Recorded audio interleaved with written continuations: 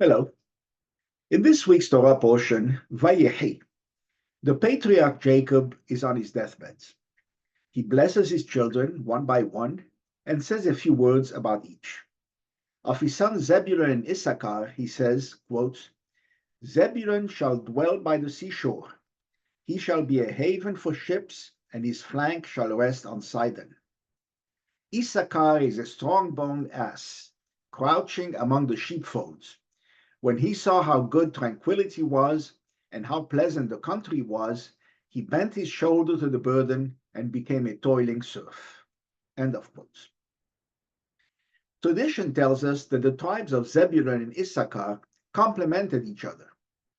Zebulun would make money in trades, and Issachar would study Torah. Zebulun would support Issachar to allow them to spend their time studying Torah. On the map, the two tribes were side by side and shared a border. This tradition continued through the centuries. To this day, rich, observant Jews want their daughters to marry scholars, will happily support them so they can study Torah all the time and not worry about earning a living, and look forward to having lots of scholarly grandsons. The Mishnaic sage Shimon is referred to in unusual fashion, Shimon, brother of Azariah. That was because his brother provided for him while he studied Torah. The Rambam had a similar partnership with his brother until his brother died at sea. Sometimes these arrangements are formalized in documents that bear the title Agreement of Issachar and Zebulun. How did the sages derive this arrangement from the Torah? It is not mentioned there explicitly.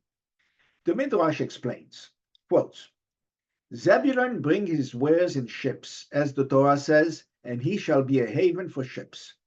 Whereas it says Issachar is a strong-boned ass, who bent his shoulder to the burden, meaning that as an ass bears burdens, so Issachar bears the heavy loads of the Torah.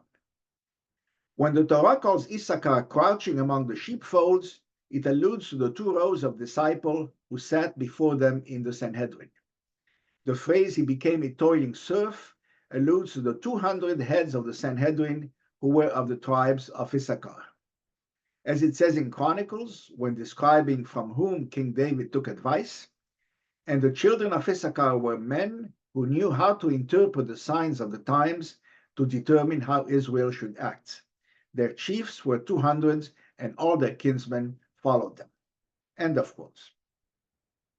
This arrangement is confirmed indirectly by Moses in the Torah when he blessed the tribes. Quote, Rejoice, O Zebulun, on your journeys, and Issachar in your tents. Indeed, Zebulun traveled for trade, whence rejoice on your journeys. And Issachar stayed at home to study, whence rejoice in your tents. Ibn Ezra notes that the earlier quotes, Issachar saw how good tranquility was, indicates that their men did not want to leave their homes. Kli Yakar adds, quote, Unlike the pursuit of material wealth, the acquisition of Torah knowledge involves toil of the soul but quiescence of the body. This is why the Torah was given on Shabbat. End of quotes. Note that in these quotes, Zebulun is mentioned before Issachar, even though Issachar is the older of the two. Why? The Midrash explains, quote, It is because Zebulun engaged in commerce and Issachar engaged in Torah. Zebulun came to feed Issachar. Therefore, Zebulun was given precedence, as the verse in Proverbs says, it is a tree of life for those who uphold it. Issachar would gather merchandise, and Zebulun would transport it on ships, sell it, and bring Issachar all his needs. Food comes before study and makes study possible.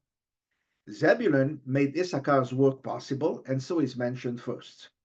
That's why the Talmud considers them full partners, deserving equal rewards in the world to come. Quote, Rabbi Yochanan said, anyone who casts merchandise into the purse of Torah scholars is rewarded and sits in the heavenly academy. As it says in Ecclesiastes, for in the shadow of wisdom is the shadow of money. Rabbeinu Bachya from 13th century Spain comments at length. When the Torah says that Issachar saw how good tranquility was, It means that he realized that Torah study can flourish only when the body is as physically inactive as possible, because the mental strain of studying drains the body of its strength. Torah study engages energies opposite of those required to pursue vocations involving physical activity. The latter engage the body fully, while leaving mental faculties relatively uninvolved. The former makes great demands on mental faculties while leaving the body relatively at rest. It is quite impossible for true Torah study to be successfully carried out by someone whose body has been worn out by physical labor, or even mental anguish and the like. End of quote.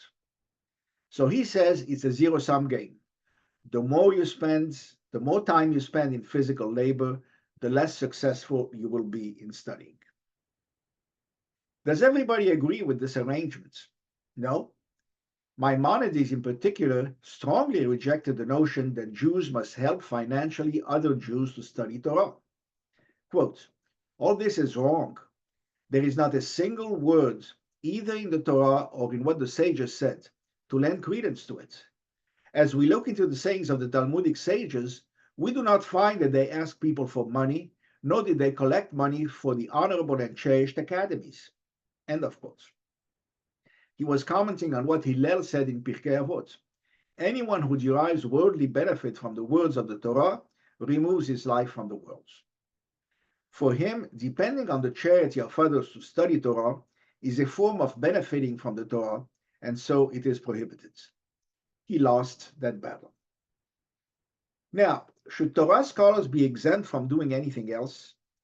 Rashi said that when the Torah says, when Issachar saw how pleasant was the country, it means that Issachar's portion of land was blessed and produced much fruit, so that they did not need to engage in business too much, but know that they still had to do some work for a living. The Talmud says that Ben Azai did not get married because he wanted to study Torah all the time. He said, quote, what shall I do? My soul yearns for Torah. It is possible for the world to be maintained by others. Unquote. His colleagues did not approve, because the Torah enjoins men to be fruitful and multiply. However, the Rambam approved, quote, when a person's soul desires to study Torah at all times and is obsessed with its study, as was Ben Azai, and clings to it throughout his life, without marrying, he is not considered to have transgressed. Unquote. But the Mishnah says that everyone must do some work for a living. All Torah study which is not combined with some work for a living must at the end fail and will cause sin. Maimonides felt very strongly that one should earn a living by practicing a trade rather than studying Torah all the time and be dependent on the community. Quote, anyone who makes up his mind to study Torah and not work, but live on charity, profanes the name of God, disgraces the Torah, obscures the light of religion, causes harm to himself, and deprives himself of life in the world to come. For it is forbidden to derive temporal advantage from the words of the Torah. The sages said, whoever makes selfish use of the teachings of the Torah takes his own life. They further told us, do not make of them a crown with which to magnify yourself or a spade with which to dig. They urged us strongly, moreover, to love work and hate arrogance. All Torah study which is not combined with some work for a living must at the end fail and will cause sin. The end of such a person will be that he will rob his fellow man. On the other hand, anyone who maintains himself by the work of his hands possesses a great virtue, a virtue of the early saints, whereby he will attain all the glory and happiness of both this and the future world, as it is written by the psalmist, when you eat the fruit of the labor of your hands, you shall be happy, and it shall be well with you. You shall be happy means in this world, and it shall be well with you means in the future world, which will be altogether good. End of quote.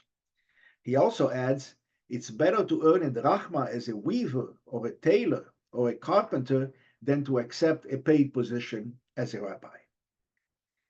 To be sure, all the rabbis of old had ordinary professions to support themselves. Here are some examples. From Talmudic days, Hillel was a wood chopper and a well digger. Shammai was a builder and contractor. Rabbi Yochanan ben Zakkai was a businessman. Rabbi Yehoshua ben Hananiah was a blacksmith. Rabbis Meir and Hananel were scribes. Rabbi Hanina was a bees honey dealer. Rabbi Hiya the elder, Shimon ben Rabbi, and Shimon ben Gamliel were silk traders. Rabbi Yohanan Hasandlar was a shoemaker. Rabbi Yehuda the baker was, guess what? Rabbi Yossi ben Halafta was a tanner. Rabbi Yehuda ben Isaiah was a perfume maker. Rabbi Yehoshua was a grid dealer. Rabbi Shimon Pekuli was a cotton dealer. Rabbi Shmuel ben Shilas was a school teacher. Rabbi Safra and Zimi of Nehardea were merchants. Rabbi Abba ben Avina was a tailor. Rabbis Yosef ben Hiya and Yanai were vintners. Rabbi Huna was a farmer and rancher. Rabbis Hesda and Papa were beer brewers. Abba Hilkiah was a field laborer. Abba Shaul was a grave digger. Abba Hoshea was a launderer. Rabbi Hiya the elder was an olive stomper. Karna was a wine smeller. He determined how long wine could last before going bad. Rabbi Hiya ben Yosef was a salt dealer. Rabbi Elazar ben Rabbi Zadok and Shaul ben Botnit were storekeepers in Jerusalem. Rabbi Elazar ben Azariah was an oil and wine dealer. Abba bar Abba was a silk merchant. Mar Shmuel was a physician. Many were in the textile industry, and some had inherited wealth. In post-Talmudic days, Rashi was a vintner. Rambam and Ramban were physicians. Rabbi Chaim Dweck, the chief rabbi of Egypt and my rabbi when I was growing up, was a businessman and had non-Jewish partners, etc. Should anybody be exempted from studying Torah? In spite of Zebulon and Issachar type arrangements, the sources in numerous strong quotes tell us that everybody must make time to study Torah, and that doing so is more important than all other commandments.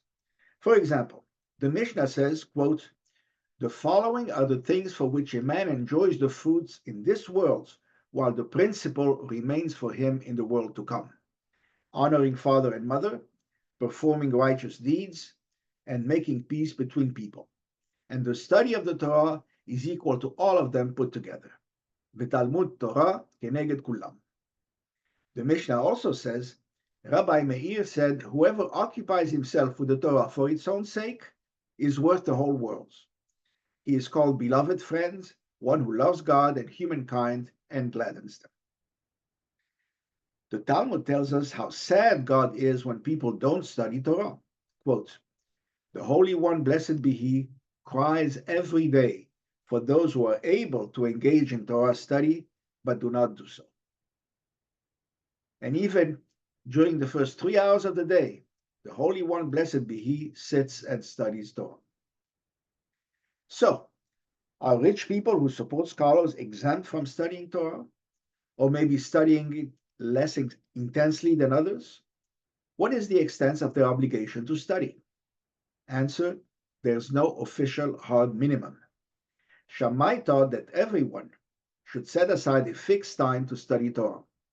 The Code of Jewish Law adds, quote, "If a person lacks the knowledge to study Torah, or it is impossible for him to do so because he is burdened with too many concerns, then he should support others who do study Torah, and it will be considered as though he himself had studied. Even so, every person should do his utmost to study Torah, even just a little, every day and every night. If you must attend to a very important matter, you should first study at least one verse or one law, and then take care of your affairs." End of quote. What about the ultra-Orthodox in Israel, the Haredim, who demand they be supported by the state while they study Torah all the time? At the time of the creation of Israel, Ben-Gurion decided that Torah students would not have to serve in the military. He had two reasons. First, Torah scholars were nearly wiped out in the Holocaust, and their ranks had to be replenished. And second, there were only 400 Torah scholars in Israel at the time. so the cost and the loss of manpower were acceptable. However, neither reason applies today. The Haredim are up to 1.3 million in 2023, or 13.5% of the population, projected to rise to 16% by 2030. Most spend all their time studying, have no profession, depend on state subsidies, and do not share in defending the country. This causes tension with the less Orthodox who subsidize them. Here's a relevant joke. A scantily clad young woman goes on a bus in Jerusalem and makes it a point to sit next to an ultra-Orthodox man. Without looking at her, he hands her an apple. She asks, "What's the apple for?" He says, "It's only after Eve ate the apple that she realized she was naked." She goes home and thinks about it. The next day, she dresses very conservatively, goes on the same bus, and sits next to the same ultra-Orthodox man. This time, she hands him an apple. He asks, "What's the apple for?" She says, "It's only after Adam ate the apple that he realized he had to work for a living." To conclude, it is difficult to object to private arrangements within a community to support scholars. Whether the state should do it when many less observant Jews are unwilling to pay for it, it is still an open question. It's also highly desirable for the scholars to learn a trade and do some work to support themselves partially in order to connect themselves to the real world. Shabbat Shalom.